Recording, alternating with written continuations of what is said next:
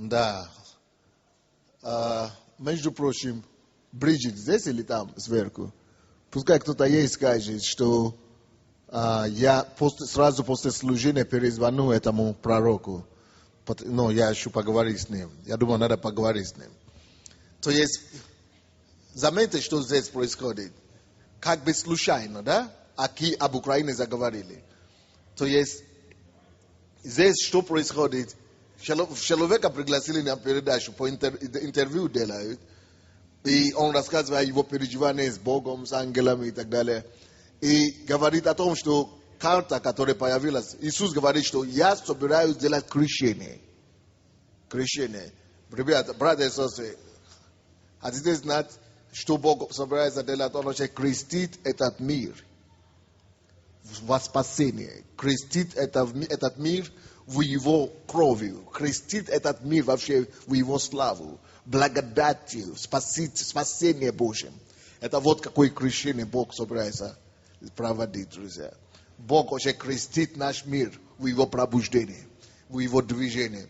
И поэтому он разбил это обстены, эту бутылку, чтобы оно разлетало вот так. И на место, куда разлетало, эта жидкость, карта появилась. И карта появилась, и он начинает приказывать. Бог посещает.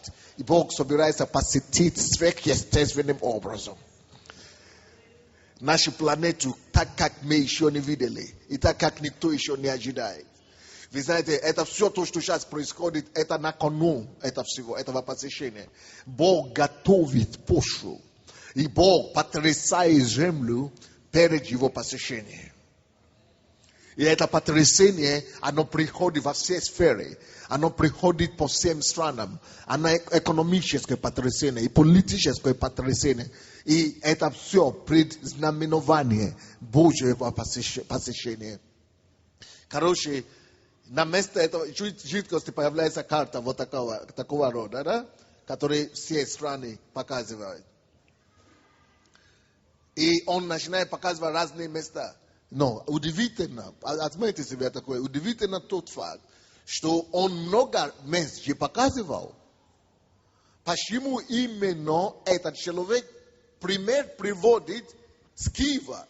Именно пример Киева приводит. Он же мог говорить, допустим, Бог показал город в Африке, Бог показал, допустим, город в Европе или в Америке, или... Он даже сам в Америке, он не за себя, не за свою страну говорит. Он почему один пример, в этой передаче был приведен только этот один пример. Если бы у него спросили бы, назови несколько, один единственный пример оказался пример Украины. Бог не Бог случайности.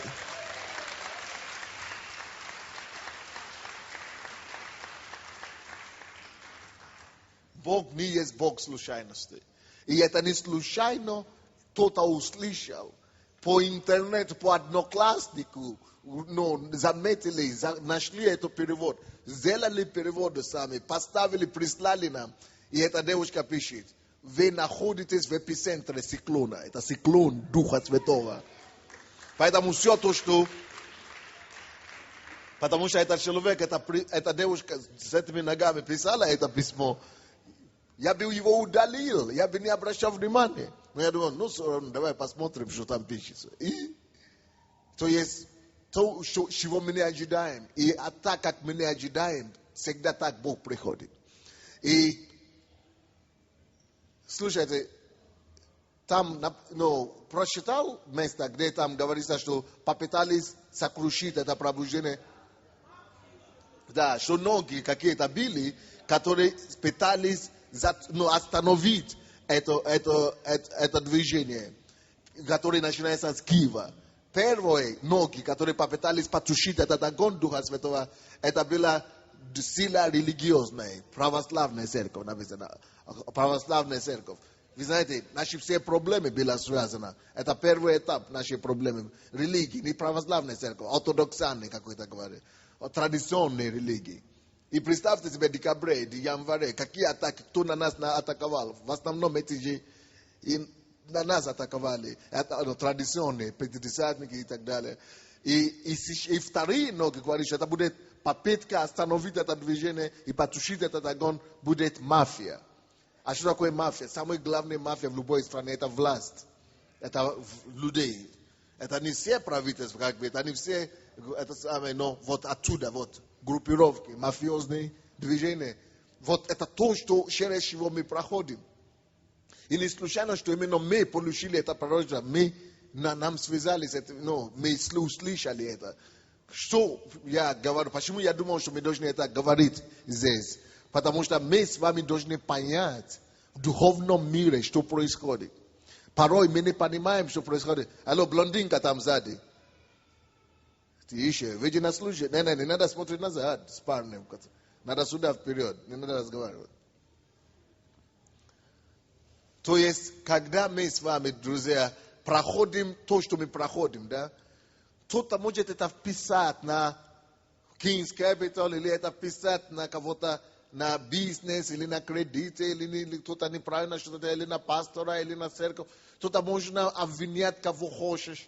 Но слушай, у Бога вообще свои стихии, у Бога вообще, Бог вообще в своем измерении, вообще Бог совсем другое делает.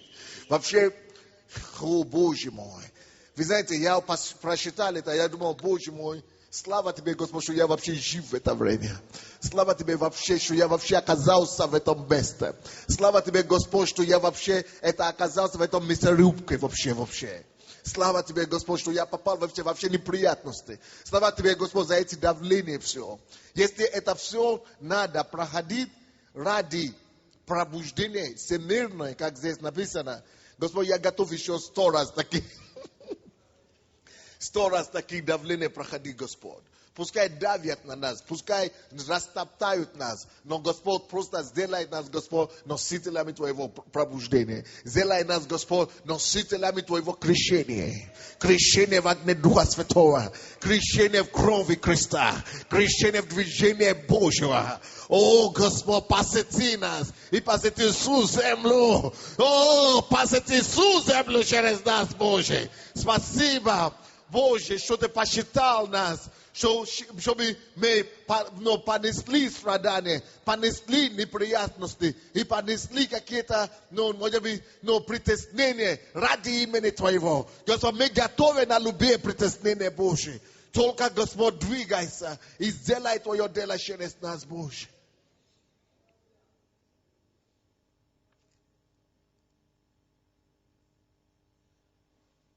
Я думаю, надо еще раз читать это. Вот Сидрот говорит, это невероятно. Те места, на которые он указывал, что должно произойти там. И Бобби Коннер. Я думаю, что этого Бобби Коннера надо пригласить в нашу церковь. Стоит или не стоит? Не случайно, что Бог на нас выводит на него. Я хочу сейчас пойти поговорить с ним. Да, считай, Бобби Коннер ответ. Он только сказал мне, да, считай, последняя часть этого. Боб Коннер ответ.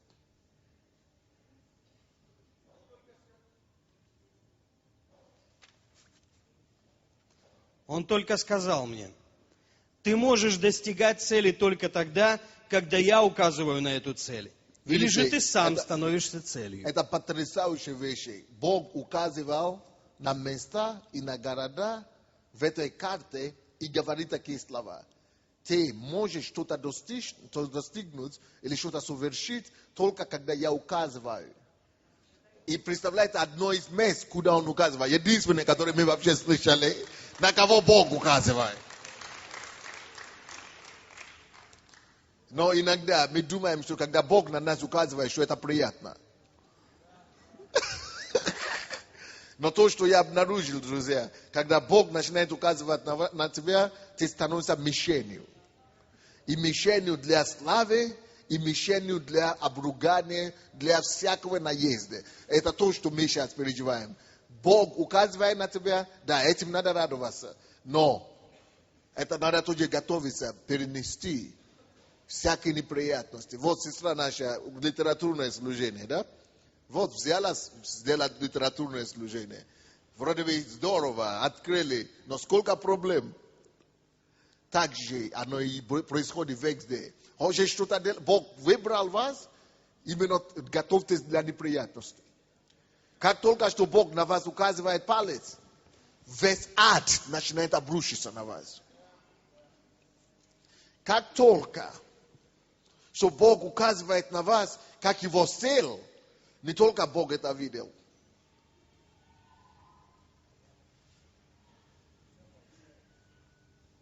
Не только Бог увидел эту цель, но еще враг вашей души, враг Божий тоже увидел эту цель.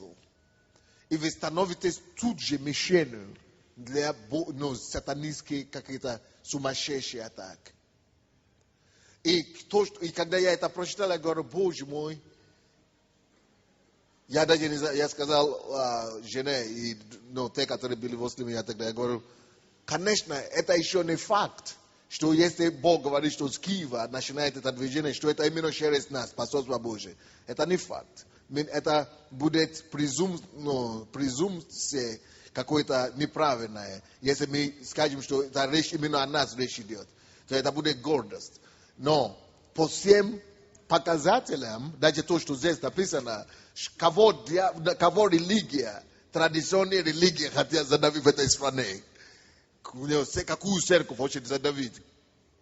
Кроме посольства Божьего на сегодняшний день.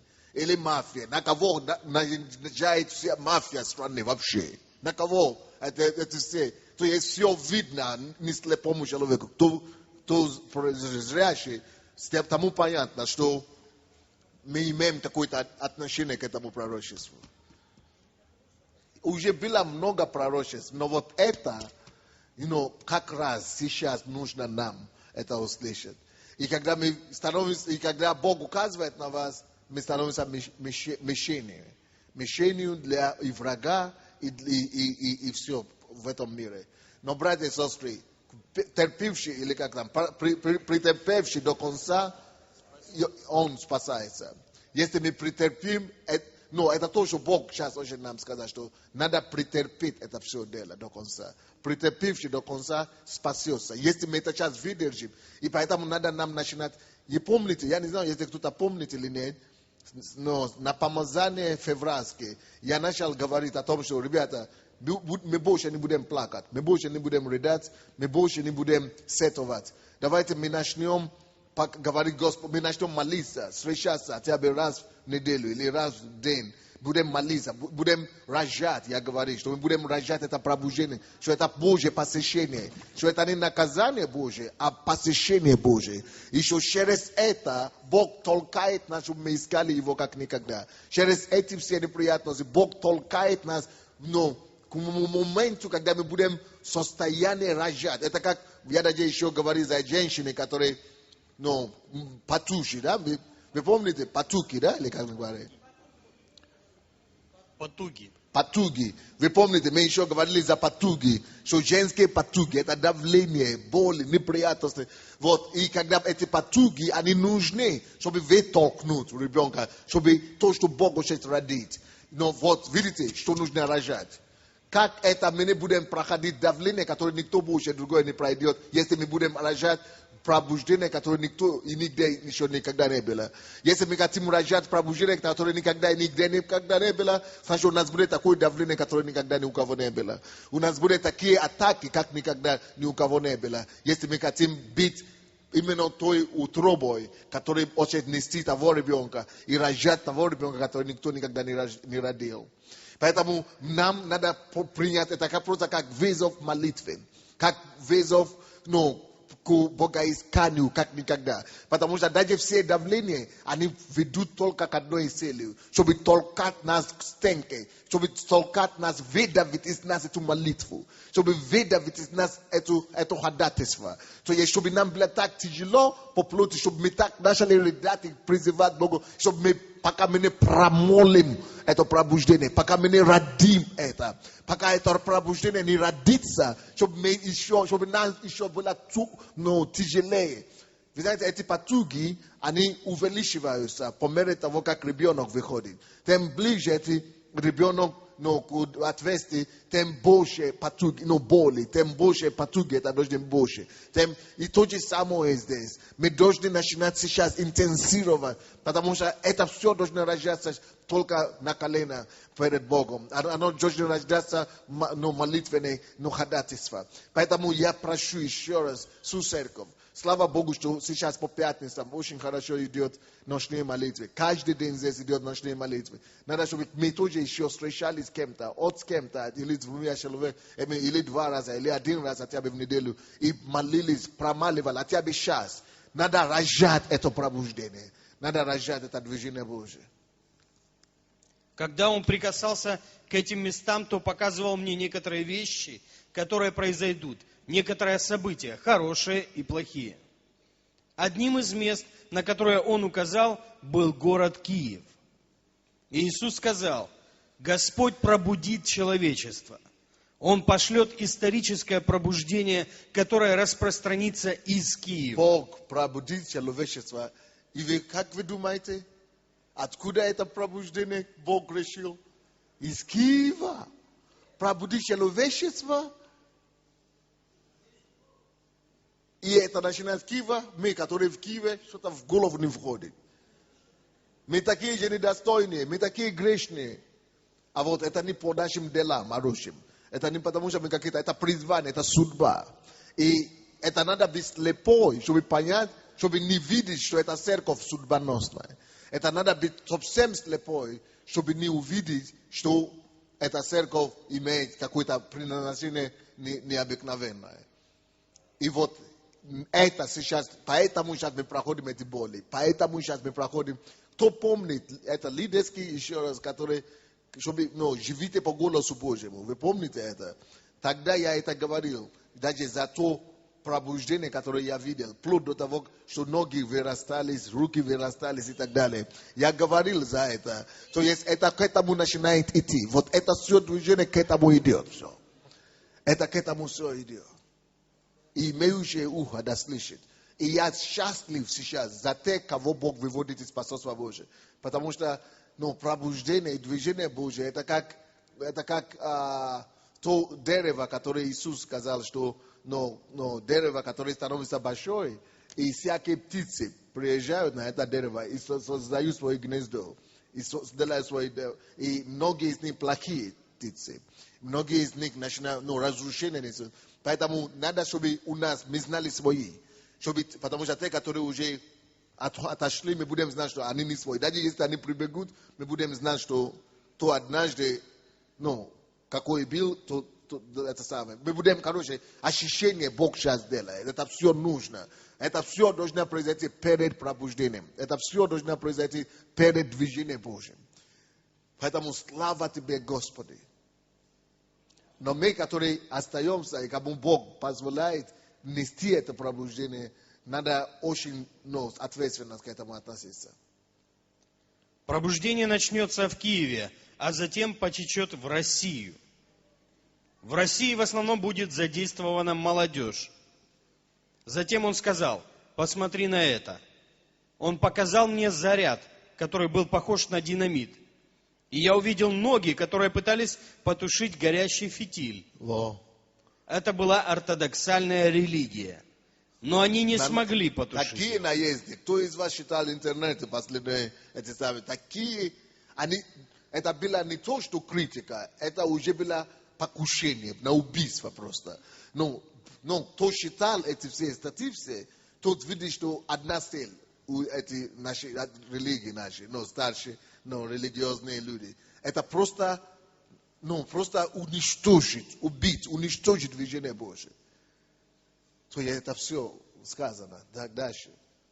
После я увидел другие ноги, пытающиеся затоптать фитиль, и это была мафия. Но они также не смогли этого сделать. Теперь вот об этом-то и речь теперь, да? Все эти МВД и так далее, но они не смогут это делать. Уже Слово Божье есть. Они не смогут это. Что бы ни делали, не пройдет. Но это только, они только будут толкать на то, чтобы больше движения Божье было. Они только будут толкать больше славы Божьей. И благодаря их давлению мы будем больше молиться.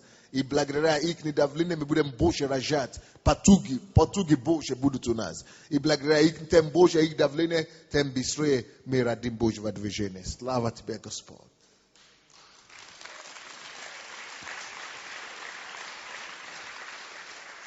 Ну, дайте Богу славу на самом деле. Дайте Богу славу.